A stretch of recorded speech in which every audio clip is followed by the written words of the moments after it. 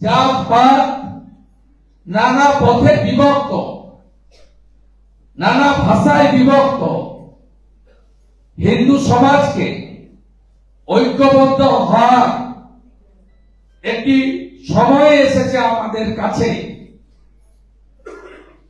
আপনি বলবেন সিপিএম বলে যে রুটির কথা বলুন, রুজির কথা বলুন, ধর্মের কথা বলছেন কেন?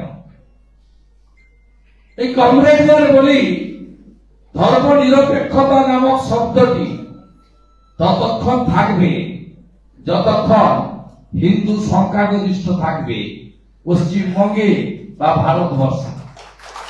যেদিন হিন্দু সংখ্যাগরিষ্ঠ থাকবে না, সেদিন বাংলাদেশ, আফগানিস্তান, পাকিস্তানের মতো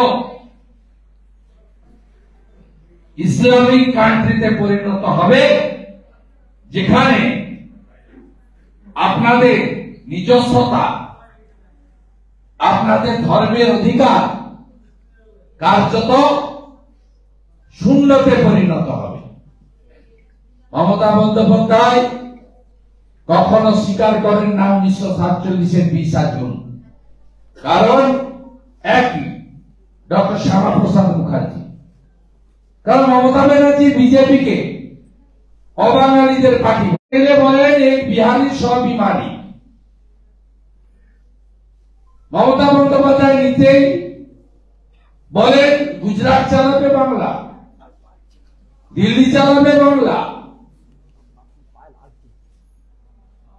তিনি জানেন যে 1947-এর 20 জুনকে স্বীকৃতি দিলে ডক্টর এবং এবারে এনডিএ কে নিয়ে প্রায় 300 আসন জিতে তিনবার, এর আগে তো দুবার জিতেছে অটলজির নেতৃত্বে, 98 এবং 99। এবারে পরপর 3বার 14, 19 এবং 24-এ সরকার গঠন করেছে। কোন বাঙালি নেতা নেতাজি সুভাষচন্দ্র বসুকে বাদ দিলে, কোন বাঙালি নেতা যাকে কাশ্মীর থেকে কন্যাকুমারী প্রদীপ জ্বালিয়ে ফুল দিয়ে কর্মসূচি শুরু হয়, তিনি হলেন বাঙালি ডক্টর শ্যামাপ্রসাদ মুখার্জি। মুসলমানদের ঢোকান, বাঙালি হিন্দুদের সাজান, তিনি মানি না, সংগতি মিছিল করছেন। আমরা সবাই ত্রিবেণী সঙ্গম, গঙ্গা যমুনা সরস্বতীর মিলনস্থল প্রয়াগরাজে গিয়ে 144 বছর পরে ডুবকি লাগাচ্ছি।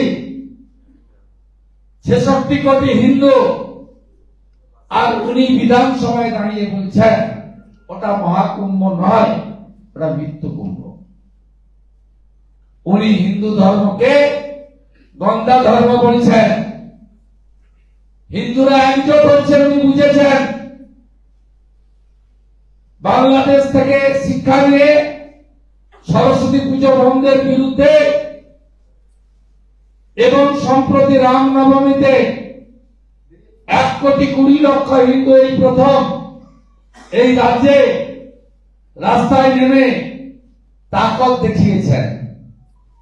উনি বুঝতে পারছেন যোগীজির আহ্বান बांटेंगे तो काटेंगे, मोदी जी आह्वान एक रहेंगे तो सेफ रहेंगे। आज के ब्राह्मण क्षत्रिय वैश्य शूद्र, आज के नाना पथ, रामकृष्ण मिशन, इस्कन, गड़िया मठ, आर्य समाज,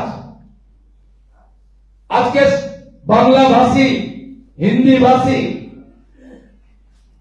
अन्य भाषाয় কথা বলা মানুষ,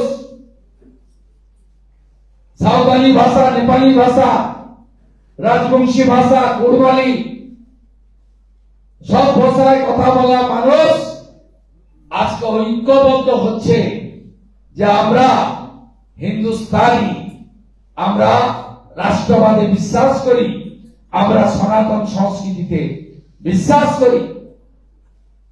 তাই মমতা বন্দ্যোপাধ্যায়, যেটা হিন্দুদের কোথাও লেখা নেই, আমাদের মন্দির সরকারি টাকায় হয় না। অযোধ্যার রাম মন্দির তৈরি হয়েছে গোটা পৃথিবীর হিন্দুদের নিধিতে, বিশ্ব হিন্দু পরিষদ সংগ্রহ করেছে। আপনি 10 টাকা, 50 টাকা, 100, 500, 1000, 1 লাখ, 2 লাখ, 1 কোটি, যার যা ক্ষমতা অনুযায়ী দিয়েছে। 3,500 কোটি টাকা দিয়েছে হিন্দুরা, 2200 কোটি টাকার মন্দির তৈরি হয়েছে। সেই কারণে সরকারি টাকায় দীঘাতে একটি ভাস্কর্য বানিয়েছেন, নাম তার খাতায় কলমে Shri Jagannath Dham cultural centre. Temple লেখা নেই, মন্দির লেখা নেই, লেখা আছে কালচারাল সেন্টার। কারণ 250 কোটি টাকা সরকারের খরচ করা হয়েছে। সরকার কখনো ধর্মীয় প্রতিষ্ঠানে টাকা খরচ করতে পারে না। অযোধ্যা থেকে হলদি চাল এসেছিল, রাষ্ট্রীয় বাদীরা বাড়ি বাড়ি প্রচার করেছিল, পৌঁছে দিয়েছিল হলদি চাল। অযোধ্যা থেকেই পাঠানো হয়েছিল প্যাকেট করে। বেঈমানের পার্টিকে হারিয়ে দিয়েছে দিল্লিতে।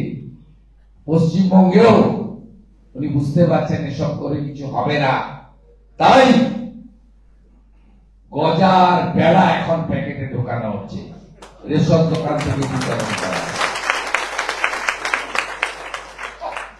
আজকে আমি একটা পোস্ট করেছি মুর্শিদাবাদের রানীনগরের ইসলামপুরে, মিষ্টির দোকানদার, নাম তার শামসুদ্দিন ভাই। তিনি বলছেন আমার মিষ্টি দোকানে হালাল মিষ্টি তৈরি করা হয়, আমি গজা পেড়া দিয়ে মমতার প্যাকেট তৈরি করেছি। মমতার গজার পেড়া, আপনি হিন্দু হালাল খাবেন? রেশন দোকানে নিচ্ছে আর নাম দিচ্ছে, বলছে না নিলে কিন্তু পরে রেশন বন্ধ হতে পারে। রেশনটা নরেন্দ্র মোদী কি দেন, মমতা দেন না। নিবেন কি নিবেন না আমি বাধ্যবাধকতা করব না। প্রকৃত হিন্দু হন, হালাল মিষ্টি খাবেন না।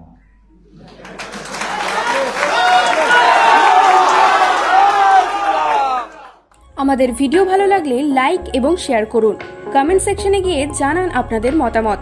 আরও ভিডিও পেতে আমাদের চ্যানেল সাবস্ক্রাইব করুন এবং প্রতি মুহূর্তে খবরের আপডেট পেতে প্রেস করুন বেল আইকন।